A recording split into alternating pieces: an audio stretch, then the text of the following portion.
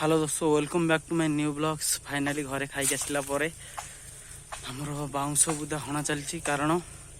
छक बाड़ मुजा हम देखिए पचर सब बाउंश एत गदिया थोड़ा जो गरम हो इमाजिन करें मो मुहर देखिपे। चलन देखिए बाउंश हाणिबार केते कष्ट हुए और गाँव लोक मैंने केमती बन फाइनाल देखिए केते बाउंश आमर कटा हो थुआई आम बारी खरा बेल बोली गछ अच्छी बोली आम मैंने भलरे निश्वास नौ देखिए बारे में हणा चली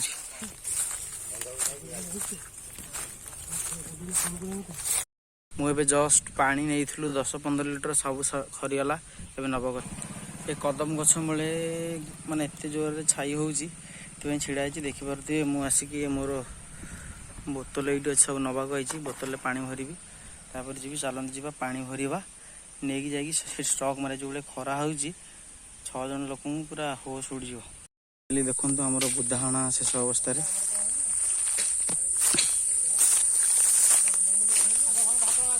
लिटू भाई भिड़ भिड़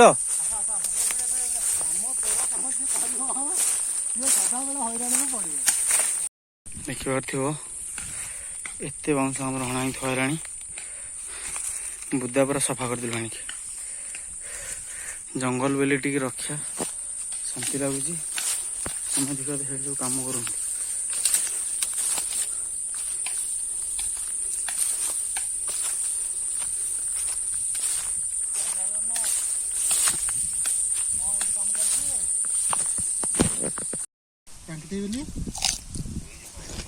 आउ काम हम ना कौन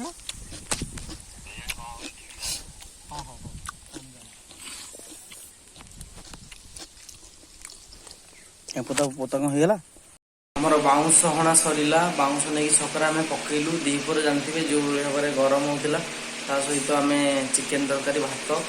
खाइलु भाई रंजी भाई दिज साधा खाइले से चिकेन तरकारी किसी बड़ी चलन जा घरे राति पुणी खाइबू चिकेन तरकारी गरम कला बेले केमी देखा चिकेन तरकारी अच्छी पूरा छोट छोट पीस कि प्लानिंग ना जेहेतु लोक मैंने कम कर देखिए टे भात ही आस मुझे राति कम भात खाया चिकेन झोल अन्य आसो आमर बस थुआई आलू जेहेतु टेबुल फैन चलती ये खराब हो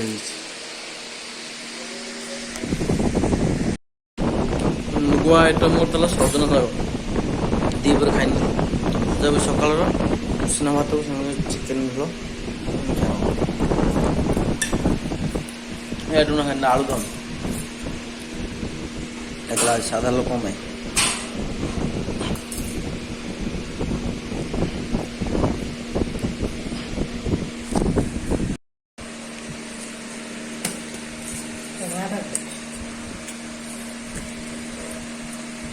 खाई दीपर आलू दम बहुत बढ़िया लगे।